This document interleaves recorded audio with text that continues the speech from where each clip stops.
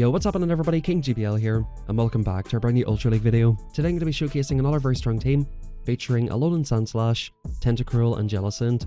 This team is very strong, and overall today I won 16 out of 25 games with this team.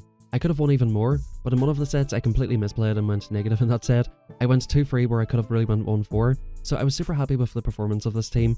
And today we're going to check out some of the battles, and of course I'll give you my thoughts on the team, and basically how I like to play some of the matchups. I found that in general, Sandslash was picking up a lot of good leads. The sort of hyper round Annihilate and Polygraph leads has kind of died down towards the end of the week. A lot of people were countering those in the lead, and at this point in time it seems like Sandslash is a lot more safe than it was at the start of the week. In this first battle here we have a Cobalion on the swap, quite interesting, a Pokemon I was showcasing yesterday. Quite an underrated Pokemon. As you're seeing here, it does quite a decent amount of damage into the Jellicent. My Jellicent IVs are terrible, however I can still have a Sacred Sword, and we should be able to get off the Shadow Ball and take it out. I should even be able to get off another Surf, and as I mentioned, my IVs are absolutely horrible here. If you don't have an amazing Jellicent, it is playable with bad IVs. The opponent comes into a Charizard. That's absolutely insane for me. They have to shield this. It's a Shadow Charizard. We come into Tentacruel, and the opponent says, yeah, you know what? Good luck. I'm out. As I mentioned, this team worked very well, and I wanted to showcase Tentacruel. This week in Ultra League, I wanted to try out some different Pokemon. This is my first time trying out Tentacruel, and I thought it was very good. It's quite tanky, and it does well into a lot of matchups. Even in this matchup right here against Cresselia, they can't really go for a farm down. Tentacruel has got really decent bulk. You've of course got the buffed Scald, and the Icy Wind, or sorry, not the Icy Wind, Acid Spray. I'm thinking about Polygraph here. We tank that very comfortably, and we're going to get off a Scald here. If the opponent does not throw another move, we'll actually get off another move and take them out. So you can see in situations where, like in a 2-to-1 shield advantage, you possibly could take this out. Also, one thing worth noting here is that I don't think anybody really respects or expects Blizzard, so I think having Blizzard and Tenta actually could be the play here. I found that Acid Spray was not really that helpful. There were a couple of matches where I had like a Tapu Fini, which of course Acid Spray is nice, right? You can just farm it down a little bit faster, but you can just farm it down anyway and give yourself more farms, so that's not really that big of an issue. I almost never used Acid Spray, so I would recommend probably using Blizzard and Tenta. Sometimes you will safe swap and the opponent will come into like a Giratina. There definitely was a lot more situations where I wish I had Blizzard, rather than being happy for Acid Spray. In this matchup here, Drill Run coming through.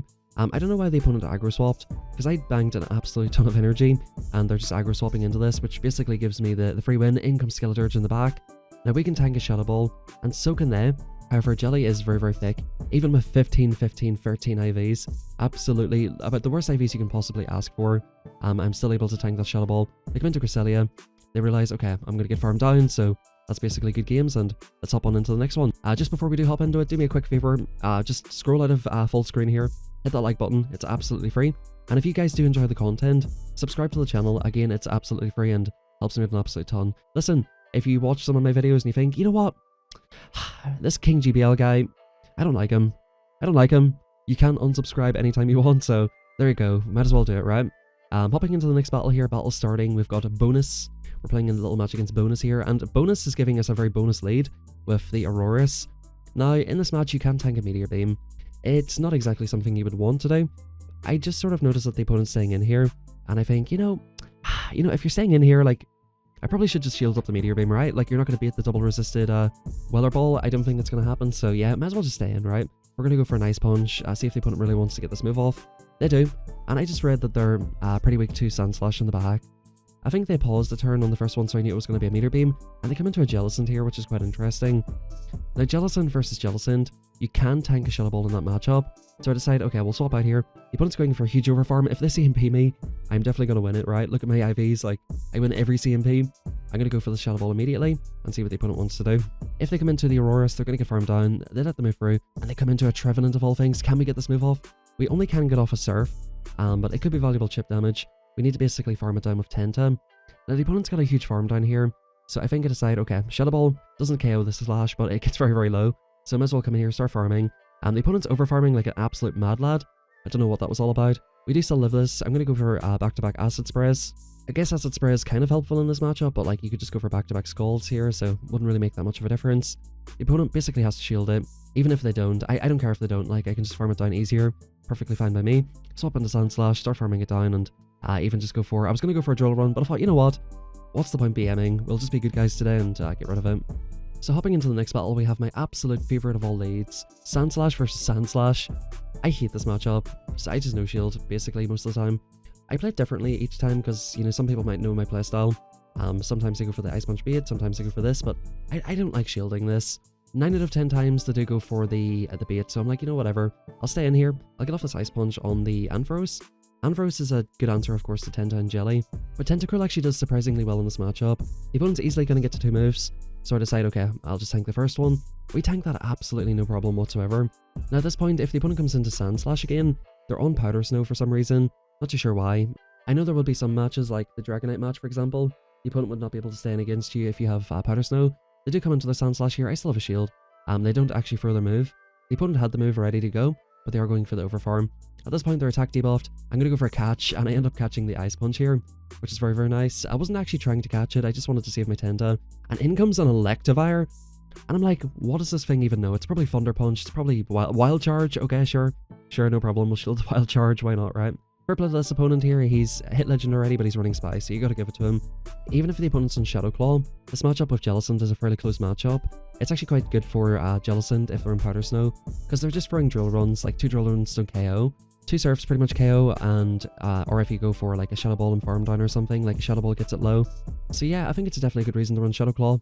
This is where Powder Snow would be nice, because the opponent can stay in, they can go for the baits. I would say 9 out of 10 times they don't go for superpower here. Sometimes they do. So like, you know, there's no reason not to shield kind of. It's like, you could make an amazing call and keep your shield and put them in a really bad situation, but I don't know, I just don't think it's worth it most of the time. You can make the call, really just win the match on the spot. But if you do find that one person like me sometimes who goes straight for the superpower, you could be in trouble. The opponent comes into a Drapion, which is quite interesting. Drapion not exactly a very good answer to Slash. And I guess this is where Powder Snow is a little bit better as well. We come into Tenta. The opponent's building up to back-to-back crunches here. I'm hoping they don't get the debuff, because that means the third crunch will KO, which they do get the debuff of course, so I can't really go for too much of an overfarm here. We're going to farm up to 1 before the next crunch, and look to go for the Scald. If the Dragonite comes back, we can basically Scald it and look to take it out. The opponent comes into their own Tenta, which is quite interesting. I'm going to get off the Scald, and as you can see, my switch timer is just about to come up. I decide, okay, I'm going to aggro swap into Jellicent here. Sand Slash come in this match, but I don't want them to get just an absolute ton of farm. We're going to go straight for the Shadow Ball. They may have just about survived the Surf, so I decided, like, what's the point risking it? This is a very dominant matchup, and the opponent will be forced to basically just dump a ton of energy. But you're going to see from the opposing side, opposing Tentas can actually do quite well into Jellicent. This is a fairly close matchup here. You're going to see it even later on in a matchup. It's a very insane match and a very insane win. I actually managed to take out a Jellicent with my Tenta. It's very similar to the Poliwrath matchup, except for Poison Jab is only single resisted. So it's like similar to the Poliwrath matchup where Tenta can just put in a lot of work. I come into my own Tenta. I know they have to try and farm me down. I'm only 1 off a Scald here, and that's going to be good games. So yeah, once again, Tenta putting in the work. It just hangs around, it stays in, it hangs in there, takes a lot of damage, and we have a fantastic lead in the next game. Now, I probably misplay this right here, because Jellicent does pretty fine into this, I think. Of course, Tenta absolutely obliterates it, apart from Psyshock. But what I end up doing here is shielding the Psyshock. The opponent's staying in, so it's a very telltale sign that they're quite weak to this. I was doing a showcase for this Pokemon a few days ago, and as I mentioned, I decided to come in and go for the Snipe here to see what their answer is, because I knew they would have a Tenta answer. That's why I done that, right? I wanted to get an energy lead for the Tenta, because I know they have an answer to it, they have to. But yeah, what I was saying is, like, Slash core breaks a lot of teams here. The opponent has a Jellicent, as we talked about before. It's a fairly even matchup, but it is more positive for Sand Slash. We're going to go for Scalds, praying for the debuffs here, basically. If we can get debuffs, we can live the move. We don't get the debuff in that situation, which is kind of unfortunate.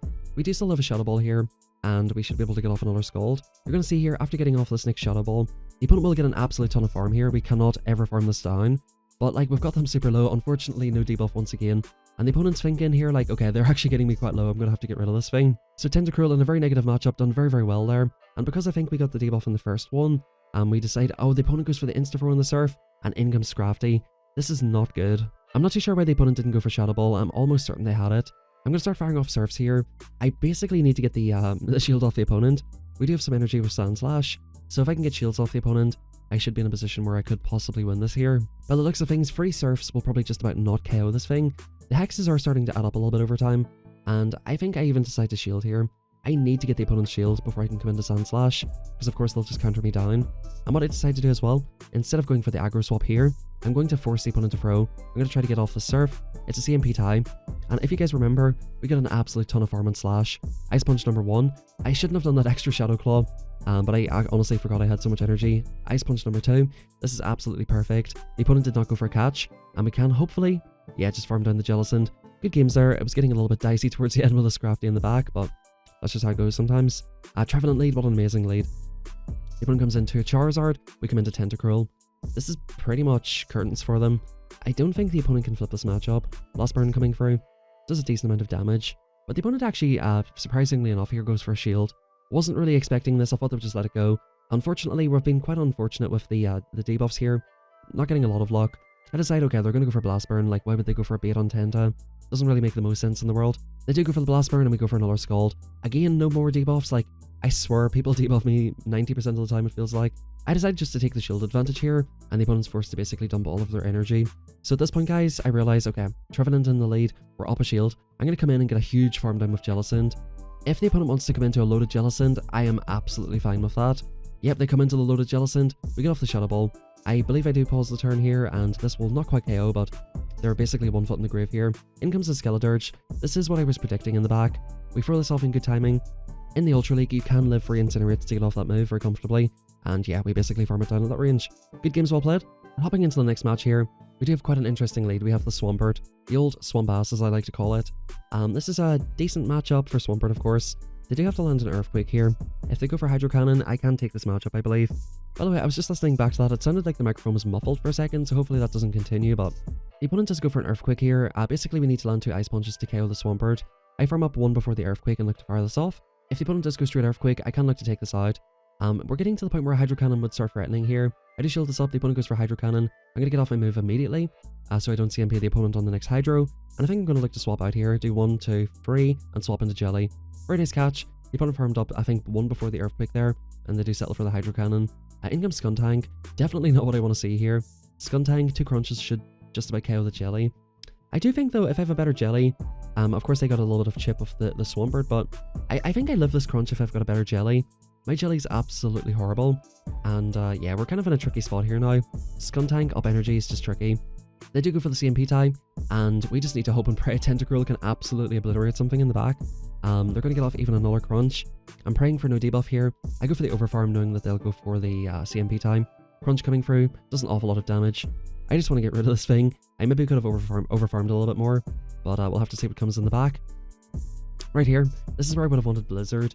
I think the opponent still wins that match anyway, but we did go 4-1 in that last set, and we're hopping into the next one. Tapu Fini lead's actually pretty neutral for Sandslash, but I feel like I've got 2 very good answers to it in the back, so I'm happy enough to try and catch a move on the first one, and the opponent comes into a Venusaur. Now at this range, I'm not sure again if a good Jelly lives this move, but mine certainly does not, unfortunately.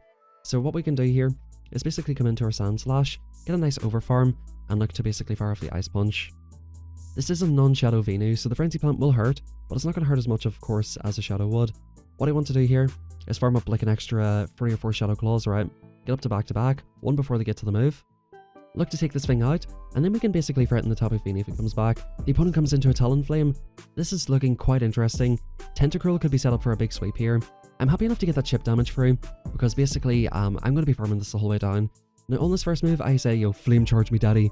They do go for the Flame Charge. I thought they might want to boost up their damage. It's a pretty easy bait spot right there because, of course, it could be Brave Bird, or it could be Fly that they're trying to ramp up, right? We live a Fly, but a boosted Fly with all of these Incinerates will start to get threatening. Now the opponent here comes straight into Tapu. I'm not messing about. The opponent dumped all of their energy, so we're going to go straight for Acid Spray here. I think I ended up going for a Scald on this next one to try and get the attack debuff, or of course I thought the opponent would just let it through, but of course they just shielded. I should have just went for the Acid Spray. I would have probably taken them out here, but it doesn't really make a difference. We're going to farm this down. The Talonflame is 1 Incinerate off a move. So good games well played there, and a very nice Tentacruel sweep. In the next match, we have a very interesting matchup here. Armored Mewtwo, like, it knows Focus Blast or Dynamic Punch or something. Dynamic Punch, I'm pretty sure, right? So, they can one-shot us, we cannot one-shot them. We're forced to shield, they're not. Kind of a tricky matchup here. They go for Psystrike Bait, which is 4 confusions. It's 5 to the Dynamic Punch here, so what I'm thinking is, okay, we'll try to get the shield off the opponent, and we're going to insta-swap into Jelly. The opponent swaps out with their energy and comes into Gradient. Gradient, a little bit of a tricky Pokemon for this team in general. This is probably one of the most annoying Pokemon in Ultra League in general. This thing can body slam spam or crunch debuff spam their way through matches. Of course the opponent gets the debuff, so I'm not going to be able to live the second move. I think I still live it, but it's not very comfortable. And the opponent might be able to go for body slam or might be able to go for farm down. Again, my Jellicent IV is really sort of showing here. In a way, the bad IVs kind of benefited me here because they got me so low that I died to a couple of mud shots and I get off the maximum amount of damage. I go for an aggro swap here. Trying to preserve Jellicent as a third shield, and I'm going to go for a big farm down here. If I can get an energy lead, I might be able to do something against the Armored Mewtwo, and we're going to look to basically farm this the whole way down. The opponent comes into this. Very, very interesting play here. I would have thought the opponent might have wanted to come into the Armored Mewtwo. It is quite low, and maybe they would have got farmed down and that would have been a lose con for them, but it is quite interesting coming into Weezing here. We're going to go for an Acid Spray in the second one. Again, I think this was not the play. The opponent just lets it go. They're going to put it all into the Armored Mewtwo here. And pretty much at this point, Tenta's done its job. It's got the Galarian Weezing super low. With the debuff, that doesn't even KO, and they're basically forced to throw a move here. Brittle Swing coming through. We can get an extra Shadow Claw here. In comes Greedent. They go for a CMP tie here. Now, I cannot shield this move, right? The Armored Mewtwo will get to a move, and I'd go for a Dirty Catch here on the Jelly. So saving the Jelly did work out in the end, and we should basically be in the driver's seat at this point. I'm not going to mess around with this thing. I'm not going to look to get rid of it. I don't want them to get me low or put me into confusion down range. We're not going to mess about. The opponent has 2 low health Pokemon. They have a low health Armored Mewtwo, and I think the opponent realizes here they're going to die to like 3 or 4 Shadow Claws. They're not going to get to 2 moves, and we should basically be able to farm the rest of it down. In comes Tapu Fini. I'm going to try the same play again. I'm going to go for the catch. The opponent's smarter this time and don't go straight for it. And in comes Ampharos. You're going to see here, if you save swap Jelly, you can get the Shadow Ball off before they get off the Thunder Punch. The opponent tanks it here, which is quite surprising. They do normally shield it, but I think I still live this move here. Thunder Punch coming through, and I just about get off the surf. So I can actually take alignment on the opponent if they allow me. The opponent lets it through. 9 out of 10 times, guys, they shield the Shadow Ball. So that seems to be a big misplay by the opponent. Because Tapu Fini versus Tentacruel, you don't really get too many worse matchups than this. At this point, I started to predict that there would be like a Talonflame in the back, so I was starting to get a little bit scared here. In comes their own Alolan Sandslash, quite an interesting one. I decided to fire off the Scald, look to go for the debuff, and then basically look to go for a Snipe Bait right here. This is a pretty interesting play. Most people do shield these. If you're at a very, very high level, sometimes people let that go. That's a pretty, like, scary play for the opponent. It's like I'm coming in going for the combo play. It's like, why would you come in and snipe with the bait, right? Like, nobody ever expects that. But some really good players will anticipate that. And this match is not quite over yet. I am going to outpace the Sandslash. However, the opponent makes a fantastic play and catches on the Tapu. So this is a little bit tricky here. What I'm going to do is do a couple of extra Shadow Claws, leave myself in a position to outpace, and basically force the Sandslash to throw in the Tentacruel here. One Drill Run, of course, will KO. We're going to farm this the whole way down. We're only 2 off the Scald. The opponent could take me out, but of course we'll get off the Drill Run with the Sandslash, so good games nonetheless. Well played to the opponent there. And let's hop on into the next one. Clefable lead's quite an interesting one for Sandslash. In the zeros, this is more or less a simul KO, or you might just about win it with Sandslash with the Shadow Claw down. So I don't really want to play this out in the zeros, and I completely forgot that I lost CMP to this thing, so kind of awkward there. What I am going to do is go for the catch on the Meteor Mash here. Boom. The opponent goes for it. It's kind of a difficult one for the opponent, because if they don't go for it, I just go for the move. So you can't really blame them there. Now the opponent comes into a Drift Bloom. I go straight for the Surf Bait here. I was expecting the opponent to go straight for the Shadow Ball. However, they go straight for Icy Wind, which is quite interesting. We're going to YOLO off this bait, and with this bait it allows me to outpace them basically. 1, 2, and 3 for the Shadow Ball. The opponent gets to the Icy Winds in straight 4, and the Shadow Ball in 5. So I think at this point I'm satisfied to let this go. I can come in and get a farm of Sandslash. But the interesting thing about this matchup is the opponent actually goes for another Icy Wind. So at this point I'm thinking, yeah, they're definitely on the double debuff moveset. Again, if I had a better Jellicent, I would be living this move. They wouldn't have hexed me down so far. So having a good Jelly is pretty good. I go for a CMP tie here. I thought I won CMP. I never see this Pokemon in Ultra League. I think it's a fair enough mistake. I just never see this Pokemon. And I go for a nice undercharge here, leaving a couple of extra Shadow Claws. Now what I decide to do is just get rid of the Clefable. What I should be doing here is just coming into Tenta and farming it down. However, my switch clock is still open, so I can maybe look to play around here a little bit. In comes Tentacruel. So if I had came into my own Tenta, I wouldn't have been getting off this Drill Run immediately. So maybe it kind of worked out this way. But I think I should have just come into Tentacruel, farmed it down. I would have got off the Scald first. The opponent will go for, you know, a debuff, right? Because why not? They don't get it, and that's basically enough for them. Good games well played. The opponent's not going to be able to take out the Tenta here, and good games to the opponent. We have yet another Clefable lead. We're in the Clefable set right here. I do go for the catch, but once again the opponent does not fall for it here. They fell for it the first time, because normally on the second time around they do go for the move straight away, but sometimes on the first time they just overfarm, so makes perfect sense there. The opponent wins CMP, they don't have to go for the move, they easily live a drill run. Some people are insta-throw Andes, some people aren't, so it is what it is. Well played to the opponent there. So the opponent's going to go for another Moonblast. I decide we're just letting Jellicent go here. I've got 2 answers to Listicle Fable, and we're going to come into the Tentacruel. Now the very interesting thing here is that the opponent does not swap out. What does that possibly mean? The opponent switch clock's up, right, but they know that my switch clock is back up too. So the opponent has something in the back that is either very good against Sandslash or very weak to Tentacruel, or maybe even both. What sort of Pokemon could that be? What is very good against Sandslash? Fire, fighting. What is bad against Tentacruel? Fire, fighting. I decide, okay, I need to draw whatever is out in the back. I've got Energy in Sandslash. If it's a Skeledirge or Talonflame, I can hopefully get off a couple of moves on it. And as you can see, we are getting off 2 Ice Punches here. I don't think I'll quite be able to get off the next one, or so I thought. I live on 1 HP, and I am able to get off the move.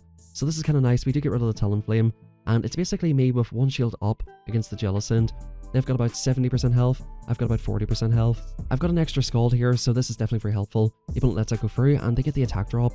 At this point, guys, I think I have to call a bait. They do go for the Surf, so that's absolutely huge. The opponent could have baited perhaps, and maybe got off enough moves to take me out, but at this range, guys, they go straight Surf, and I can hopefully get to 2 Scalds in time. Scald number 2 coming through. This, of course, will grab the opponent's final shield, unless I want to try and call an Acid Spray. I think we do get another debuff, but it doesn't make a difference at this range. I'm only 1 off the move, so as long as the opponent is not at the move, we should win this. Boom. I think the opponent was just getting to the move right here, and that's a very good game. Potentially shielding that Surf could have been the lose con. I'm up 2 shields, so it is very natural that the opponent will try to go for that. Sandslash versus Dragonite, what a fantastic lead. In this set, I'm 1 and 3. I had some very, very bad leads this set, and it was looking a little bit tricky. Thankfully here the opponent's lagging or something, so I guess this is not a very good match to showcase towards the end, but I'm definitely very happy to take this at the end. Now I decide, you know what, we might as well respect the move. The opponent goes for Superpower, and we're going to throw an Ice Punch, sure, why not? This is basically GG's at this point. Yeah, the opponent lets it through, of course, and in comes the Talonflame. We'll bring in the Jellicent here, and look to go straight for the Surf. We'll get to the Surf in good timing because we swapped in, and we've done 4 hexes. Once again, the opponent's lagging or something, but I do have 2 answers to this. The opponent's an insta-throwing Andy, and they end up going for the Brave Bird. I knew I lived the Brave Bird, and in comes Poliwrath in the back. This should be looking like a good game right here. Tentacruel, fairly dominant into Poliwrath. It is kind of annoying to play against sometimes, and the opponent will go for a move here. A Scald will take me out, that's perfectly fine, but the debuff Andy here is going for the Icy Wind. Once again, guys, I've said it once, and I'll say it another couple of times. If I had a better Jellicent, I'm getting to a Shadow Ball. I decided to throw in Alolan Sandslash here. It's basically useless at this point, but I can use it to take out the Poliwrath. I'll get myself super low, so that the Talonflame does not get additional farm, and this should be basically curtains for them. Tentacruel in the Ultra League, very, very tanky, will easily live a Brave Bird, so I have no need to shield anything here. We're both getting lag here, and finally the Incinerate comes through, but the opponent is eventually top left, and that's a good game. So like I said, guys, very positive day with this team. We do finish off on a 2-3, which is pretty unfortunate, but the final set, pretty bad counters. We're up to 28-26, so I think I gained about, I want to say 80 or 90 ELO with this team today. So just a couple of takeaways from this video. If you're thinking about building some Ultra League Pokemon, Alolan Sandslash, very, very fun, very, very good, and core breaks a lot of teams. Tentacruel, definitely well worth the build, and there's not a lot of Pokemon that are just a hard wall to it. This Pokemon performs pretty decently into everything, and I very much enjoyed it. Jellicent, once again, very strong Pokemon. However, I do recommend building good IVs. You've probably seen a couple of occasions there where the bad IVs cost me quite a lot. I definitely could have got off additional moves, but the fact that I've got such high attack and bad defense really makes a big difference. Anyway, guys, hope you enjoyed the video. If you did, like I said, subscribe, drop a like in the video, it helps out a ton. And if you want to join our community, feel free to do so in the description down below. Big thank you to our members on the channel and supporters. I very much appreciate the support, and big thank you to everybody who supports the channel. Thank you, everybody. Have a fantastic rest of your day. And just really quickly, we completed the, 10 billion throws, and the wild spawns are quite interesting. Let me know your thoughts about that in the comments down below. Thanks, everybody, and have a fantastic rest of your day.